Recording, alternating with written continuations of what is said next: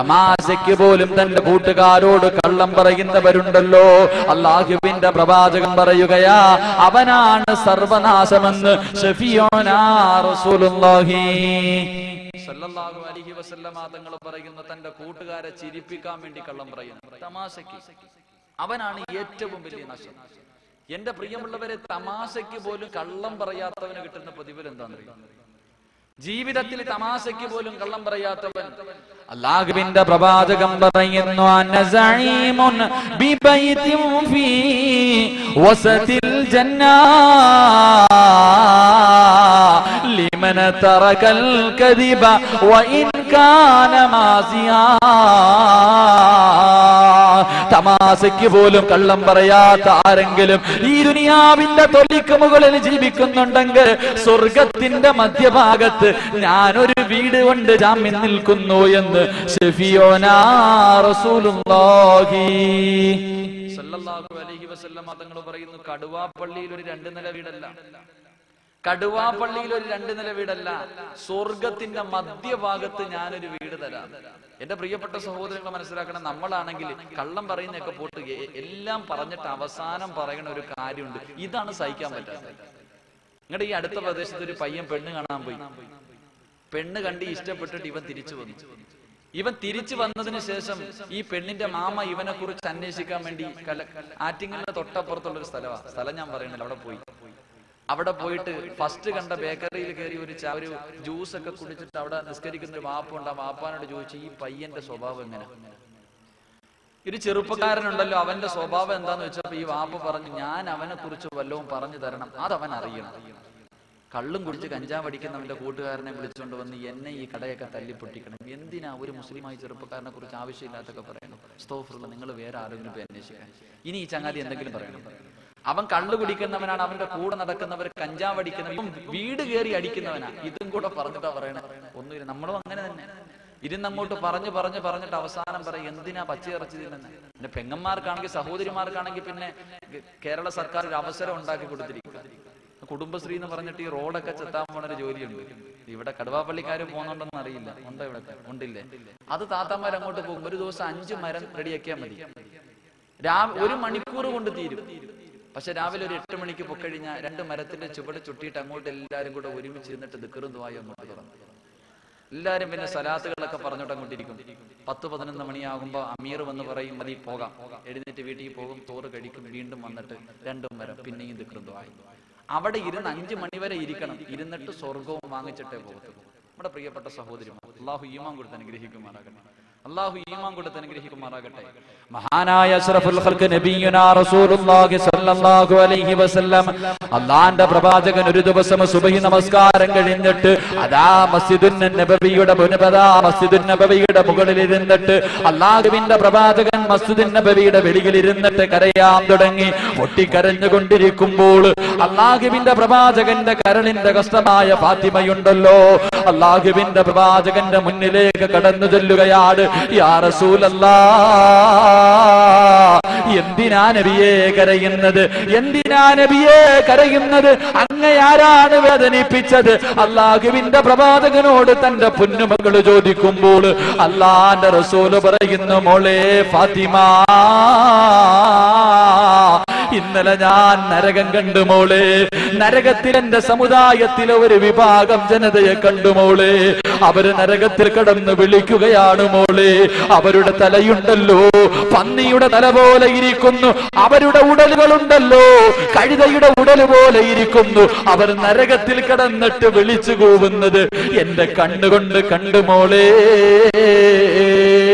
അല്ലാഹുവിന്റെ പ്രവാചകന് പറഞ്ഞു തീരുമ്പോൾ, അല്ലാഹുവിന്റെ റസൂൽ അങ്ങോട്ട് പറഞ്ഞു തീരുമ്പോൾ പൊട്ടിക്കരഞ്ഞുകൊണ്ട് അല്ലാഹുവിന്റെ പ്രവാചകരോട് തന്റെ പൊന്നുമകള് ഫാത്തിമ ചോദിക്കുകയാണ്, ഉപ്പാ,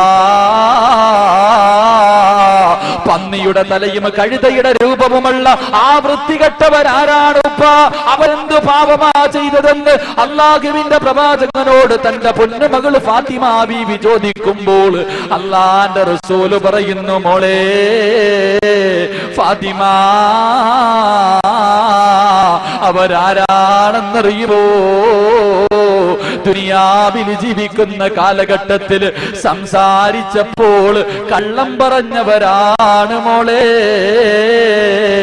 അവർക്ക് കിട്ടുന്ന ശിക്ഷ ഇതാണെന്ന് സഫിയോനാ റസൂലുള്ളാഹി സ്വല്ലല്ലാഹു അലൈഹി വസല്ലമ തങ്ങൾ പറയുന്നു. പന്നിയുടെ തലയും കഴുതയുടെ രൂപവുമായിരിക്കും.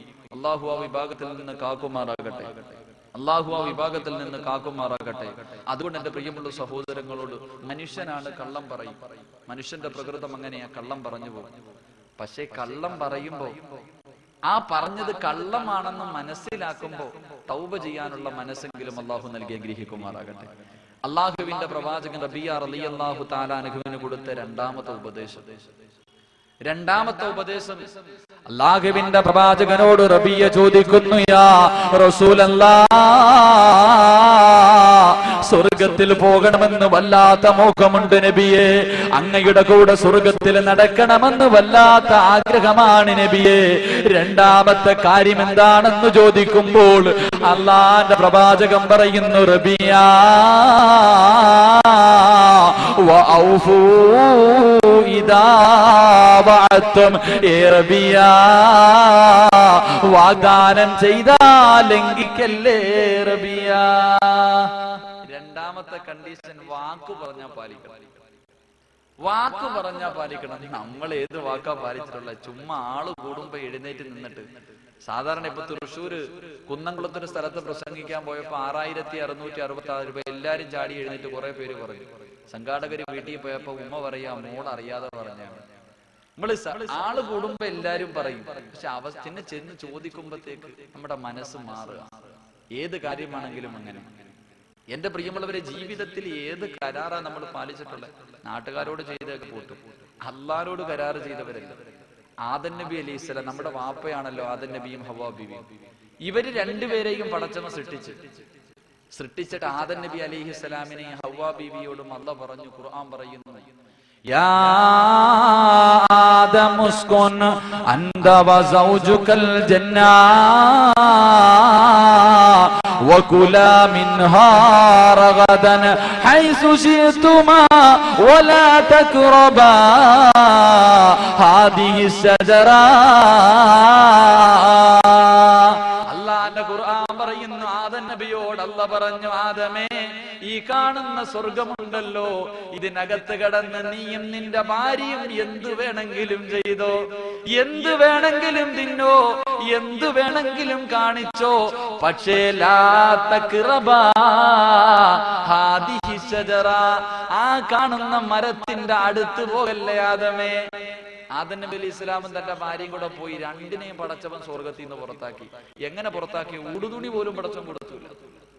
തുണി പോലും, സ്വർഗത്തിലെ വസ്ത്രം പോലും കൊടുക്കാതെ രണ്ടിനെയും പുറത്താക്കി. നമ്മുടെ വാപ്പാനെ ഉമ്മാനെ എന്തിന്? ഒറ്റ കരാറ് ലംഘിച്ചതിന്റെ പേരിൽ. ഒരു മരത്തിന്റെ അടുത്ത് പോകല്ലെന്നാ പറഞ്ഞു. ഇവിടെ അല്ലാഹ് നമ്മളെ വിളിച്ചിട്ട് ചോദിച്ച്, ഞാൻ ആരാടാ? ആലമുൽ അർവാഹിൽ അല്ലാഹ്, നീ ഞങ്ങളുടെ റബ്ബ്, ഞങ്ങളെ ദുനിയാവി വിട്ടുപോയ മറിച്ചു കളയാ, നിസ്കാരം, ദുആ, ദിക്ർ, ഖുർആൻ, അല്ലാഹ് എന്നെ തങ്ങളെ പോലെ ജീവിക്കാൻ പഠിച്ചാൽ ഒന്ന് വിട്ടേക്കാൻ. കടുവാപ്പള്ളി വന്നിട്ടോ പള്ളിയുടെ മിനാരത്തിൽ നിന്ന് ബാങ്ക് വിളിക്കുമ്പോ പള്ളിക്കകത്ത് നിൽക്കുവോ? ഇവൻ പള്ളിക്കകത്ത് നിൽക്കുക. ബാങ്ക് വിളിക്കുമ്പോൾ ശൈത്താൻ ഓടുന്ന പോലെ ഇറങ്ങി വെളിയിലോട്ട് അങ്ങ് പോകും. നിസ്കാരം കഴിയുമ്പോ പിന്നെ കയറി. ഇതിനകത്ത് നിന്നാലും നിസ്കരിക്കാത്തവരുണ്ട്. പള്ളിക്കകത്ത് നിന്നിട്ട് പോലും നിസ്കരിക്കാത്ത എത്രയോ മുസ്ലിമീങ്ങൾ. എന്റെ പ്രിയമുള്ള സഹോദരങ്ങളെ, ഒന്ന് ചിന്തിക്ക്. ഞാൻ ചോദിക്കാം ഇവരോടൊക്കെ, എങ്ങനെ ഈ ബസ്സും ലോറിയും വണ്ടിയൊക്കെ പാഞ്ഞു പോകുന്ന ഈ ഹൈവേയിൽ എങ്ങനെ നിങ്ങൾക്ക് ഇറങ്ങി നടക്കാൻ തോന്നുന്നു? പാണ്ടി ലോറി നെഞ്ചത്തോടെ കയറി ഇറങ്ങത്തില്ലേ? അള്ളാന്റെ പള്ളിക്കകത്ത് നിന്നിട്ട് നിസ്കരിക്കാത്തവർ. എന്റെ പ്രിയമുള്ള സഹോദരങ്ങളെ, റോഡിൽ നിന്ന് ഇറങ്ങി നടക്കരുത്. ഞാൻ പറയാ, വളരെ സ്നേഹത്തോടെ പറയാം, പാണ്ടിലോറിക്ക് അറിയത്തില്ലല്ലോ നീ ഇവിടുത്തെ വലിയ മഹാനാണെന്ന്. കാരണം നിന്റെ നെഞ്ചത്തൂടെ കയറി ഇറങ്ങിയില്ലെങ്കിലേ കുഴപ്പമുള്ളൂ. കാരണം എന്ത്? നീ എന്താ ചെയ്യണം? നിന്റെ ജീവിതത്തിൽ ഒരു നേരമെങ്കിലും നിസ്കരിക്കുന്നുണ്ടോ? നിസ്കാരമോ ഇബാദത്തോ നിന്റെ ജീവിതത്തിലില്ല. പിന്നെ എന്തിനാ പഠിച്ചോ നിന്നോട് കരുണ കാണിക്കണേ? ഇത്രയും നാളും നിന്നോട് കരുണ കാണിച്ചതിന് നീ പോയി അള്ളാഹിനെ സ്തുതിക്കും. എന്റെ പ്രിയപ്പെട്ട സഹോദരങ്ങൾ, ചെറുപ്പക്കാരൊക്കെ ബൈക്കിന്റെ മുകളിൽ ഇരുന്നിട്ട് പാഞ്ഞു പോവുക. ട്രാൻസ്പോർട്ടിന് അടിയിൽ നിന്ന് ഇവൻ ഇങ്ങനെ അങ്ങോട്ട് വണ്ടി വെട്ടിച്ചിട്ട് പോകുമ്പോ ഓനോട് ചോദിച്ചാൽ പറയും, ഞാൻ വെട്ടിച്ചത് കൊണ്ടാ രക്ഷപ്പെട്ടെ. ഇവൻ പറയണത് ഞാൻ വെട്ടിച്ചത് കൊണ്ടാണ്. എന്റെ പൊന്നുമോനെ, നീ വെട്ടിച്ചത് കൊണ്ടൊന്നുമില്ല. നിന്റെ വാപ്പയും ഉമ്മയും വീട്ടിൽ സുബഹി നിസ്കരിച്ചിട്ട് സുജൂദി കടന്നിട്ട് കരയാ, അള്ളാഹുവേ ഒരെണ്ണേ ഉള്ളൂ, അവൻ റോഡിൽ പോവാ, ഒന്ന് നോക്കിക്കൊണ്ടേ. എടാ, ഇത് കൊണ്ടാ നീ രക്ഷപ്പെട്ടു പോണേ. പക്ഷെ അള്ളാഹ് എന്നും ഇതൊന്നും കേൾക്കത്തില്ല. കാരണം നീ അങ്ങനെയല്ലേ ചെയ്യുക. എന്നും പടച്ചവനൊന്നും കേൾക്കൂല. തരുമ്പോ 8ന്റെ പണിയെ തരത്തുള്ളൂ. നട്ടല് ഒടിഞ്ഞിട്ട് വീട്ടിൽ പിന്നെ ബെഡിന്റെ മൊത്തം ഇങ്ങനെ വെട്ടിയിട്ടേക്കുന്ന പോലെ കിടക്കാനേ പറ്റും. ആ സമയത്ത് ഇവൻ പറയണത് എന്താണെന്നറിയാവോ? ഒന്ന് നേരെ ആയിരുന്നെങ്കിൽ കടുവാ പള്ളിയിൽ പോയി സുബഹി നിസ്കരിക്കാൻ. എന്റെ പൊന്നു സഹോദരങ്ങളെ, ആ സമയത്ത് പറഞ്ഞിട്ട് കാര്യമില്ല. എന്റെ പ്രിയപ്പെട്ട ചെറുപ്പക്കാർ, ഇങ്ങനെ വരുന്ന വഴി നോക്കുമ്പോ നബിദിനാണല്ലോ. എന്റെ പ്രിയപ്പെട്ട ചെറുപ്പക്കാർ, ഇങ്ങനെ വരുമ്പോ ഇപ്പൊ നബിദിനമൊക്കെ മാറി. പണ്ടൊക്കെ ഫ്ലെക്സി ബോർഡ് വെച്ചിട്ട് നബിദിനാശംസകൾ KMYF അല്ലെങ്കിൽ ഇങ്ങനെ സംഘടനകളൊക്കെ പേരാ. ഇപ്പൊ ആണെങ്കിൽ ഇങ്ങോട്ട് വരുമ്പോ ഒരു സ്ഥലത്ത് മമ്മൂട്ടിയുടെ മോന്റെ ഫോട്ടോ, ആൾ കേരള ആ മമ്മൂട്ടിയുടെ മോന്റെ പേര് എഴുതിയിട്ട് താഴെ നബിദിനാശംസകൾ. എന്റെ ചെറുപ്പക്കാര് മാറിയിരിക്കും. എന്റെ പ്രിയപ്പെട്ട മമ്മൂട്ടി ഫാൻസുകാരൊക്കെ നബിദിനാശംസകൾ ഫ്ലെക്സിയുടെ ബോർഡിൽ മമ്മൂട്ടി നിൽക്കണ ഫോട്ടോ, അതിന്റെ താഴെ നബിദിനാശംസകൾ പച്ചയിൽ എഴുതി വെച്ചിട്ടുണ്ട്. ഇങ്ങനെ ആയിരിക്കണം എന്റെ സമുദായം. പ്രിയപ്പെട്ട ചെറുപ്പക്കാരെ, വെള്ളിയാഴ്ച ദിവസം വാപ്പ പള്ളിയിൽ പോകുന്നതിന് മുമ്പ് ഇവൻ പോകും. ഇവൻ രാവിലെ കുളിച്ചെടുക്കുമ്പോ വാപ്പ വിചാരിക്കും പള്ളിയിൽ പോവാൻ. വാപ്പ വിചാരിക്കും അല്ല കടുവാ പള്ളിയിൽ പോവായിരിക്കും മോൻ തഹജ്ജുദിന്റെ പിന്നെ ജുമാ നിസ്കരിക്കാൻ. ഇവൻ രാവിലെ എഴുന്നേറ്റ് ഒരു 8 മണിയൊക്കെ ആകുമ്പോഴത്തേക്ക് ബൈക്ക് കൊടുത്തിട്ട് നേരെ അങ്ങോട്ട് ആറ്റിങ്ങ പോകും. ട്രിംസിലോ അല്ല വല്ല ഗൗരിയിലോ എവിടെയെങ്കിലും പോയിട്ട് അവിടെ അവന്റെ ജുമാ അവിടെ പോകുമ്പോ രാവിലെ അവന്റെ വാപ്പാടെ ഫ്ലെക്സി ഇങ്ങനെ കിട്ടുന്നുണ്ടാവും ചെറുപ്പം.